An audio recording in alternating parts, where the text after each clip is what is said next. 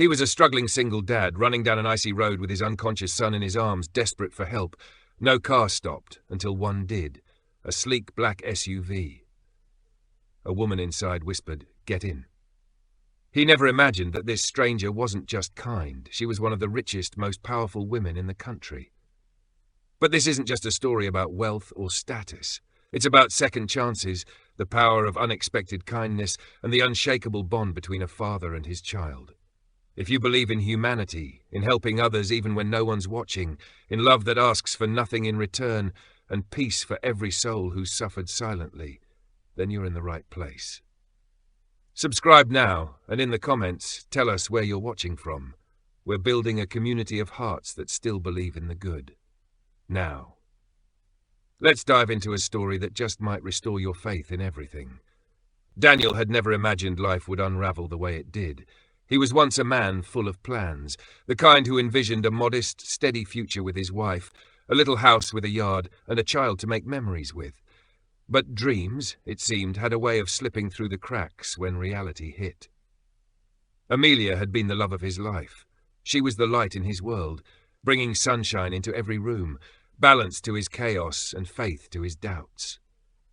But one winter evening, after a sudden and unrelenting fever, she slipped away from this world, leaving Daniel a widower and a single father in the span of days. Ethan, their little boy, had been just a toddler back then, barely old enough to understand what death meant. All he knew was that Mommy wasn't coming home, and Daniel, still reeling from the shock, had no time to grieve properly. Life didn't allow it.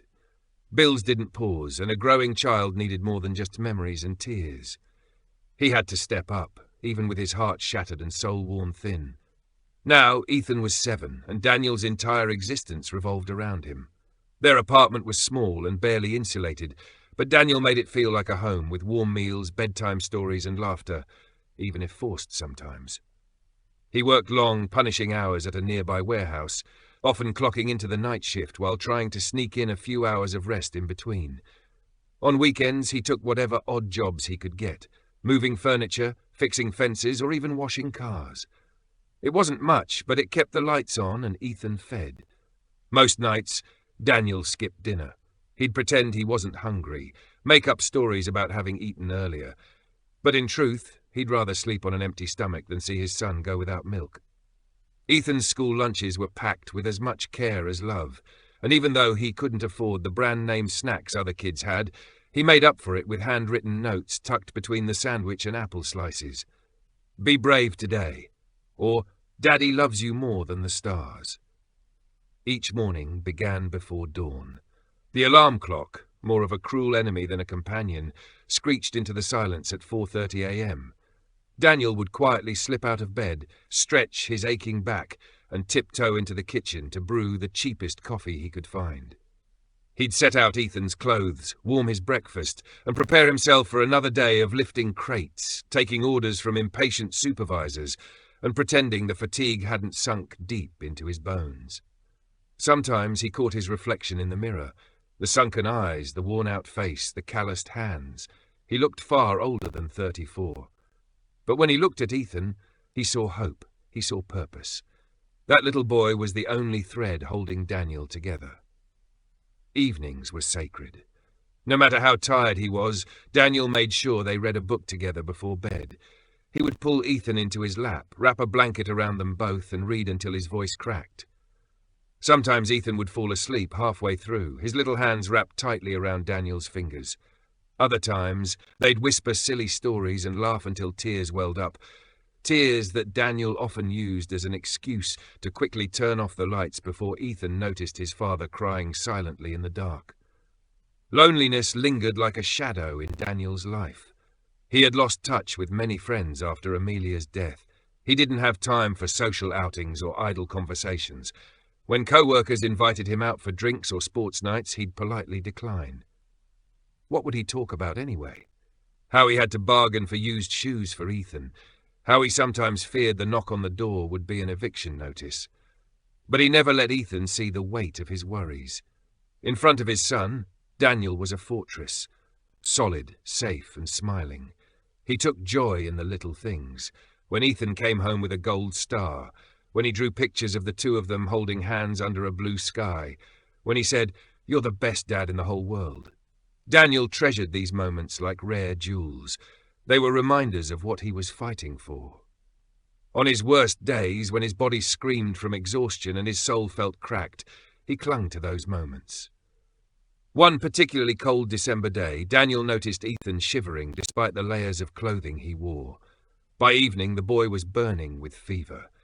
Daniel tried every home remedy he knew, wrapping Ethan in warm blankets, placing a cool cloth on his forehead, whispering comforting words. But the fever climbed. Ethan became weak, drifting in and out of sleep, murmuring incoherently. Panic gripped Daniel's heart. He didn't own a car, and the buses were delayed due to heavy snowfall. The nearest hospital was miles away, and a taxi would cost more than he had in his wallet. With trembling hands and tears streaming down his face, he scooped Ethan into his arms, wrapped him in blankets, and stepped into the freezing night. As he ran down the icy sidewalk, dodging piles of snow, he shouted for help. Car after car passed him by. Some didn't see him, some simply didn't care. His legs ached, his arms numb from the cold and weight of his unconscious son. But he kept going, whispering, "Hold on, Ethan. Just hold on, baby." Then, just when despair threatened to consume him, headlights bathed him in light. A black SUV pulled up, its window lowering slowly. The woman inside, elegant and calm, looked at him and said, "Get in." That moment would change everything. But for now, Daniel didn't know who she was. He didn't know what future waited on the other side of that car ride. All he knew was that someone had finally seen him and stopped. Daniel never considered himself a hero. He didn't wear capes or deliver grand speeches. He was just a father trying to do right by his child. His story wasn't one of victory yet, but of relentless devotion in the face of overwhelming odds. A man broken but not beaten. A father who loved so deeply that no amount of hardship could extinguish it. And maybe, just maybe, fate was about to reward him for that unwavering love. The desperate plea for a ride. The world had become a swirling canvas of snow and fear. Daniel's breath rose in ragged bursts, each exhale forming trembling white clouds that vanished into the bitter winter air. Cradled in his arms was his son, Ethan, his small frame feverishly hot despite the blanket Daniel had wrapped around him. The icy wind cut through Daniel's thin, worn-out jacket, turning his fingers numb. Still, he pressed on, step by step, through the silent, snow-laden streets. Time slowed, cruelly stretching every moment into something unbearable. His legs burned. His heart pounded. He had tried everything, called every number he could find, searched every ride service app with shaking hands, even banged on neighbors' doors. Nothing. No one. The buses had stopped, the streets were deserted, and the ambulances, swamped by the storm, weren't coming. There was no help, no wheels, no answers. Only a father, and the son he was trying so hard not to lose. At the edge of the intersection, with nowhere else to turn, Daniel did something he never imagined he would. He stepped into the road. Desperation overruled caution. He waved his arm wildly at the blur of approaching headlights. One car, then another. They honked, swerved, kept going. The cold indifference of it all was more brutal than the weather. But Daniel didn't stop. He couldn't. "Please!" he screamed into the dark. "My son! Please! Somebody help!" His voice cracked, hoarse and raw, carried away by the storm. His knees buckled as he slipped on the ice, catching himself just in time, clutching Ethan tighter. The boy's forehead burned against his lips. The heat of the fever made Daniel's own frozen skin ache. He could barely feel his fingers, but his pride was gone. None of that mattered now. He would beg, he would crawl, whatever it took. And then the impossible happened. A sleek black SUV turned the corner. Its headlights pierced through the snowstorm, illuminating Daniel in the middle of the road. Unlike the others, it didn't speed past. It slowed. It stopped. Daniel froze, breath caught in his throat, eyes blinking against the snow. Slowly, the passenger window slid down with a smooth hum. Inside sat a woman. Her presence was striking, poised, calm, her eyes steady yet warm. She wore a long, dark coat, its collar lined with soft fur. One hand rested gently on the steering wheel, the other beside it, her entire posture composed and commanding. Her voice was low, firm. Yet there was something reassuring in it. "Get in." Daniel didn't hesitate. Couldn't. He stumbled toward the door, one hand struggling to pull it open, while the other never let go of Ethan. As they climbed in, the warmth of the cabin enveloped them like a blessing. Daniel's body nearly gave way from sheer relief. She glanced quickly at Ethan, her face sharpening with concern. Then she turned her attention forward. "Nearest hospital?" she asked, already shifting into drive. "Mercy General," Daniel answered, voice shaking from more than just the cold. Without delay, she pressed the gas. The SUV glided through the icy roads with impressive control, tires cutting through slush as they moved swiftly through the frozen city. Daniel sat in silence, every nerve in his body still tense, yet his heart aching with gratitude. The woman beside him didn't say much. Her jaw was tight, eyes laser-focused on the road ahead. He whispered, barely audible, thank you so much."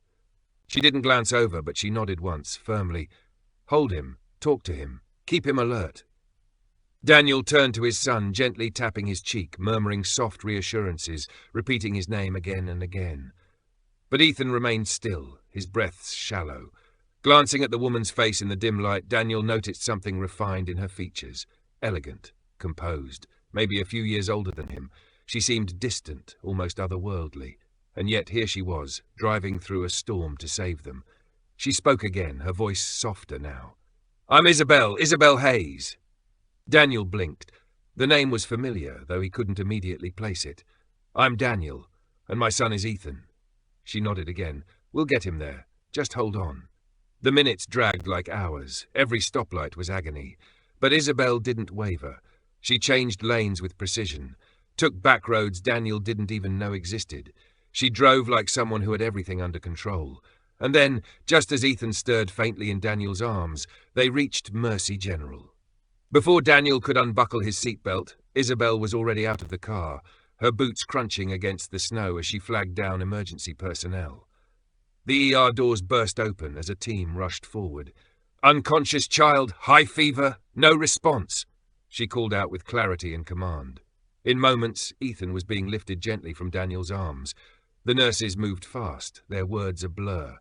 One guided Daniel toward the sliding doors, supporting him as he stumbled after his son.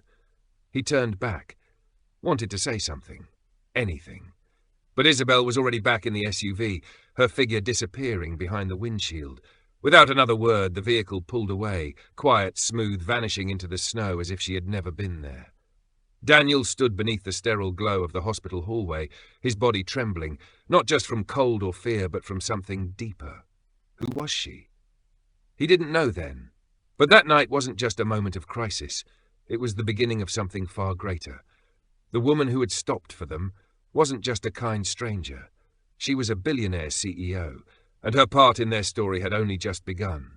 That single desperate moment, Daniel, standing in the snow holding Ethan, was the spark. A spark that would unravel secrets, mend old wounds, and intertwine lives in ways none of them could have foreseen. To Daniel, it had been an act of sheer desperation. To Isabel, it was fate. And to Ethan, it was the beginning of hope. Isabel Hayes, a secret billionaire CEO. From the outside, Isabel Hayes appeared to be like any poised, compassionate woman, kind, graceful, and effortlessly willing to help a stranger in need. But behind her serene eyes and composed voice lived a story shaped by sorrow, protected by immense fortune, and sealed tight within layers of secrecy. That snowy evening when she pulled her luxury SUV to the curb and saw Daniel holding his limp son, there was no hesitation. Her response wasn't merely instinct, it was born of something much deeper. Isabel was far from ordinary. She was the founder and CEO of Hayes Tech, a pioneering global tech firm leading breakthroughs in clean energy and AI systems. In the boardroom, she was respected for her brilliance. In the press, she was referred to as the invisible queen of Silicon Valley. But few, if any, knew that her drive was born from tragedy.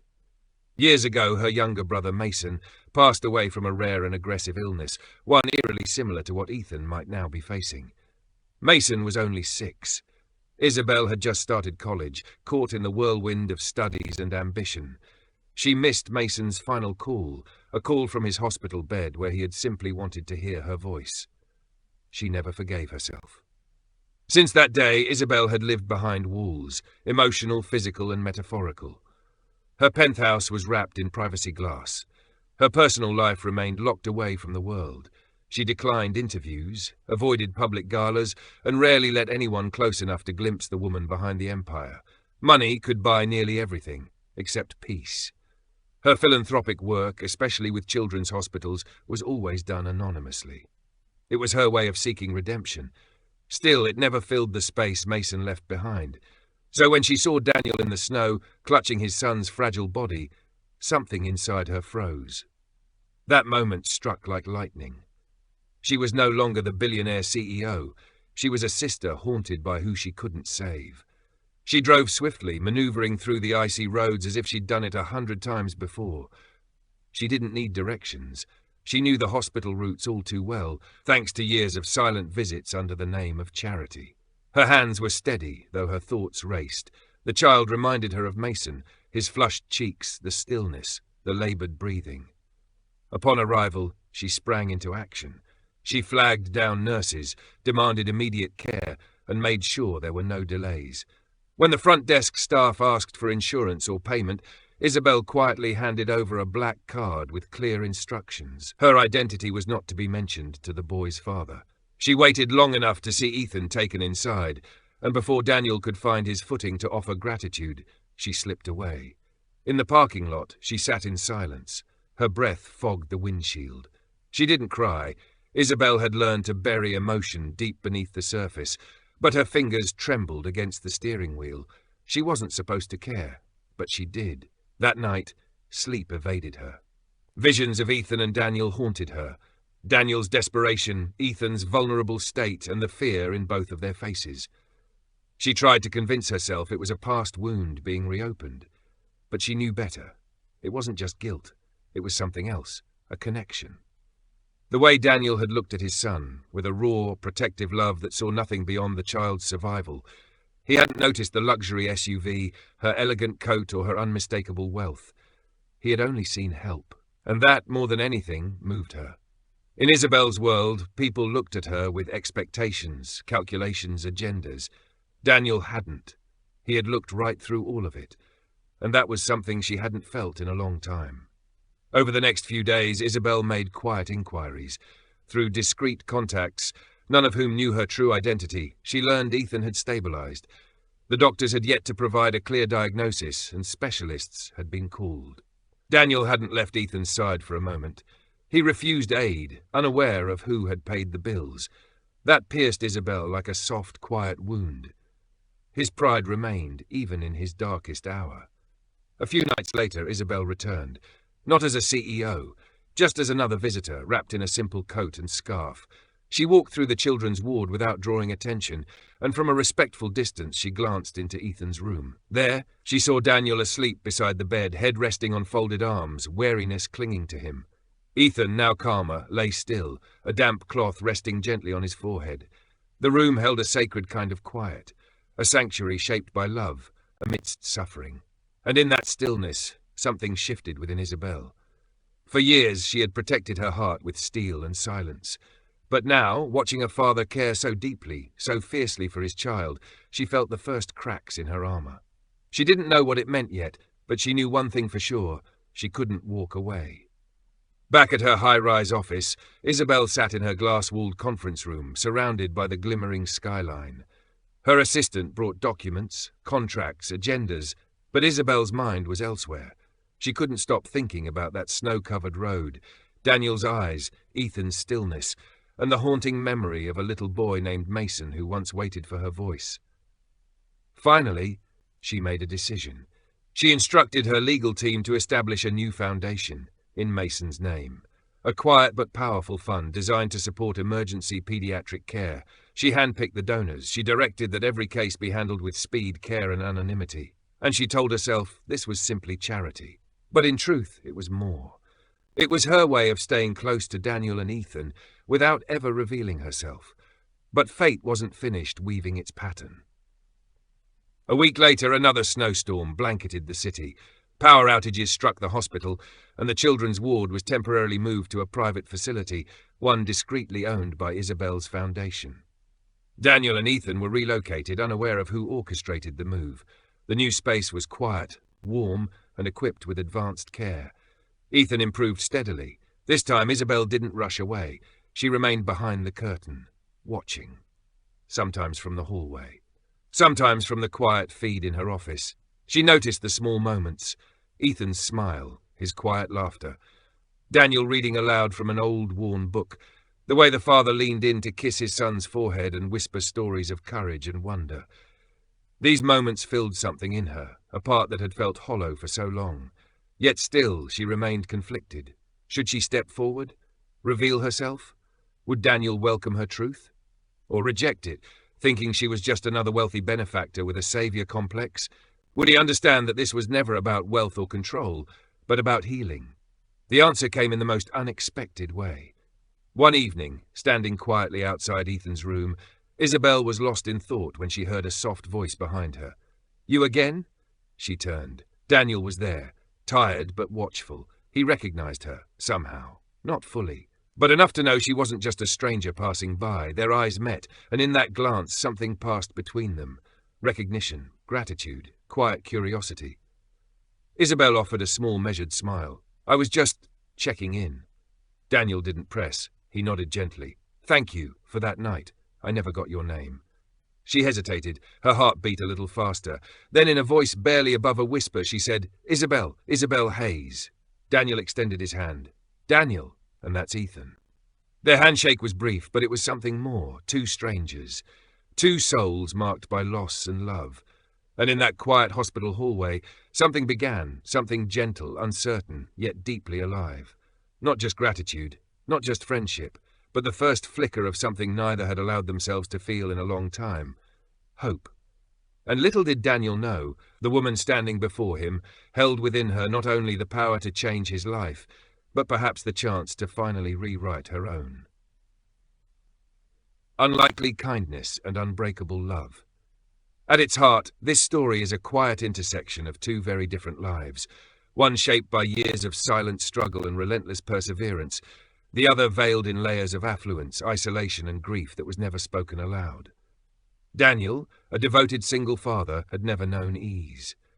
Life had worn him down, but never broken him. He wasn't searching for handouts or miracles that night. He was simply a father chasing the last fading ember of hope for his son. He didn't flag down a passing car out of expectation.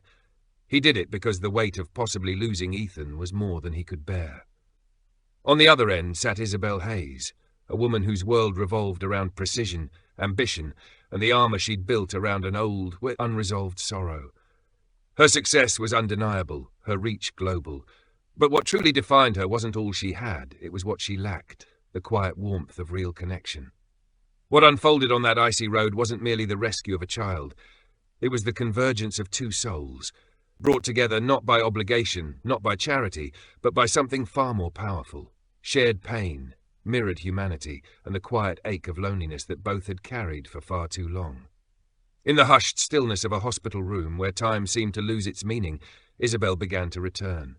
Not with grand gestures or dramatic declarations, just simple things. She'd check in, bring a warm drink, leave children's books by Ethan's bedside. She never announced herself. She didn't come with a team or attention. She came gently, thoughtfully. And although Daniel was unsure at first, cautious around the unfamiliar kindness of someone who seemed so different, he couldn't deny the peace her presence brought. Ethan, in all his frailty and innocence, responded to her without hesitation. Even through fatigue, his eyes would light up when Isabel entered. She made him laugh. She shared stories. She offered moments of joy that asked for nothing in return. On quiet afternoons, she would read while he slept. Her voice soft, calm, and Daniel, often pretending not to notice, found himself listening, watching her with a curiosity he couldn't explain.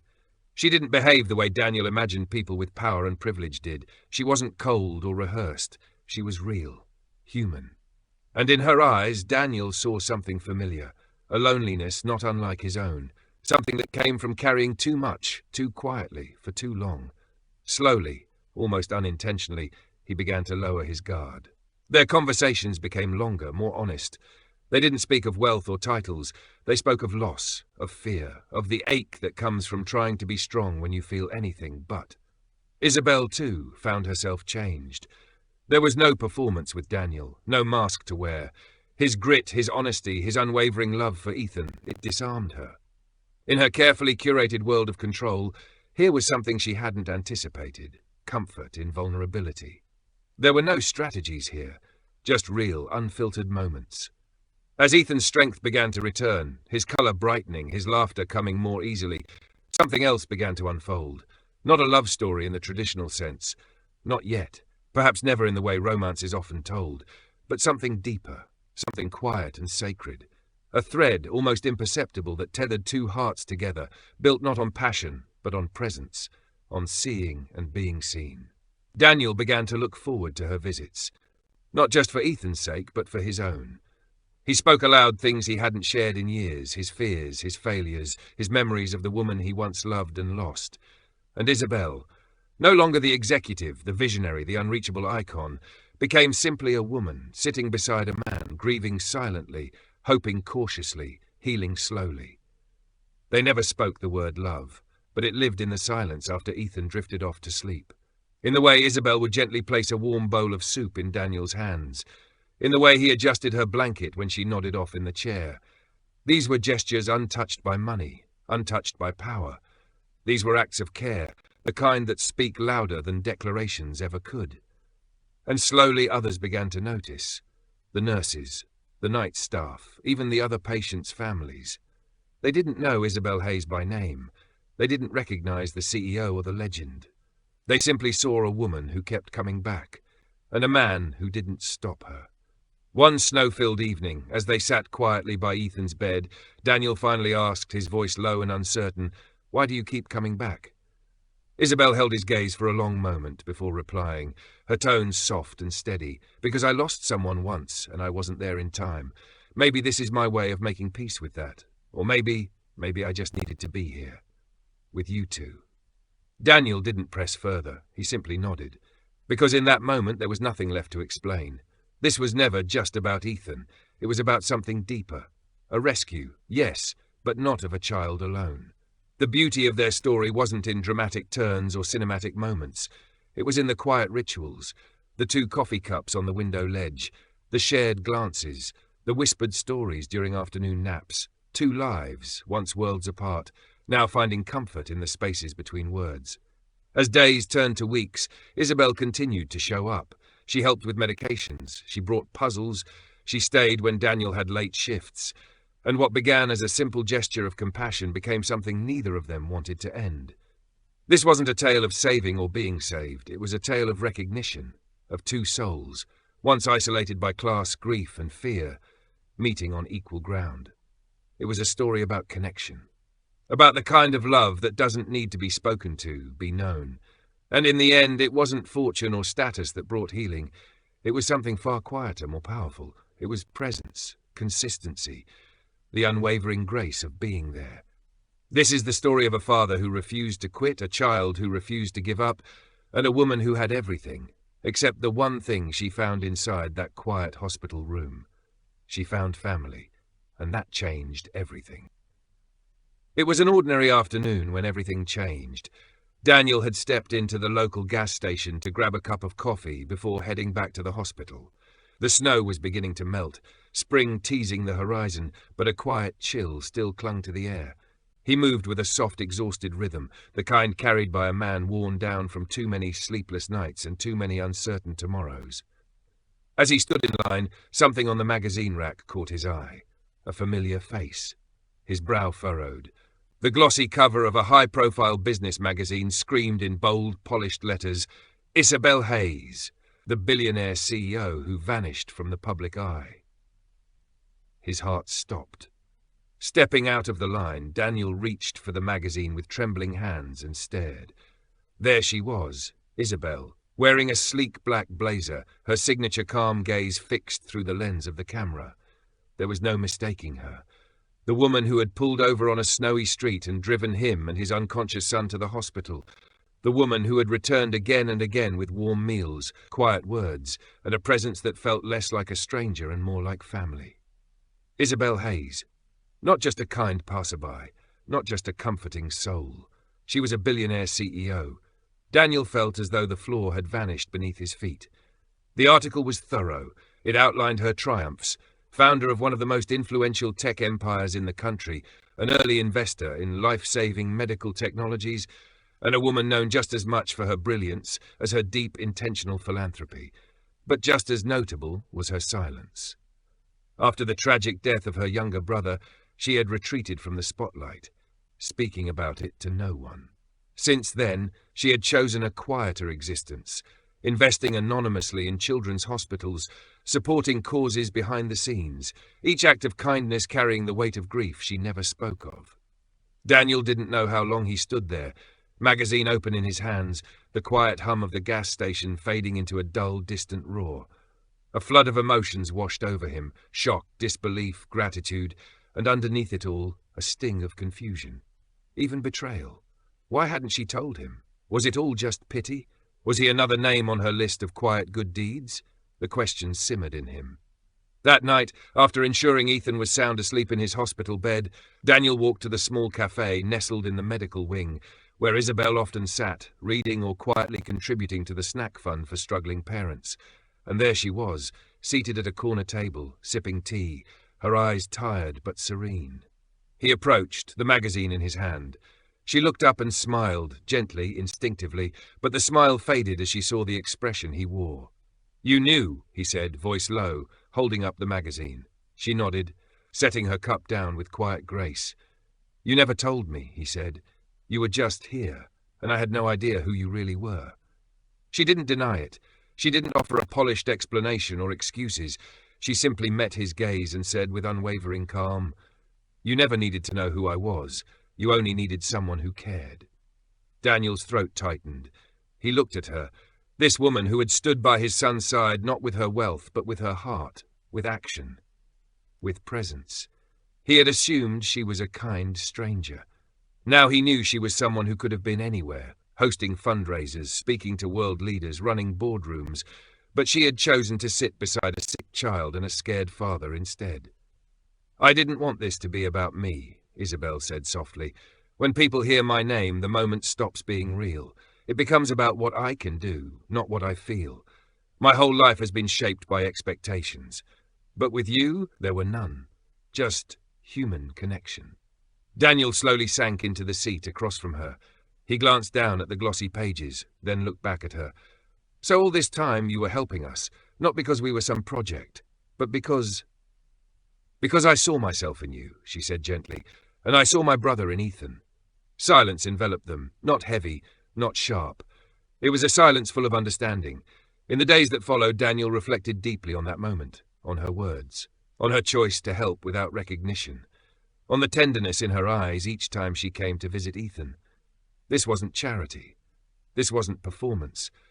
This was a woman who had lived behind walls for years and had chosen, at last, to let someone in. He remembered the time she brought Ethan a children's book, a rare, out-of-print title Daniel himself had loved as a child. She hadn't just picked it up online. She had remembered his story. She had gone looking for it. He remembered how she never made them feel small, never made them feel like burdens. Even when she paid medical bills anonymously, she never claimed credit, never once mentioned it. She was simply there. One evening, as Daniel returned home briefly to gather a few things, he opened the magazine again. This time, he didn't see Isabel Hayes, the billionaire. He saw the quiet soul behind the name. He read of her foundation supporting widowed parents, of hospital wings she had built in silence, of the loss that had shaped her, but never hardened her. She hadn't saved them because she could. She saved them because she understood. The next time they met, Daniel didn't carry the weight of resentment. He looked at her with something else, clarity. "I'm glad I didn't know," he said. She raised an eyebrow. "Why?" "Because if I had, I might have acted differently. Maybe I would have pushed you away, or assumed you expected something in return.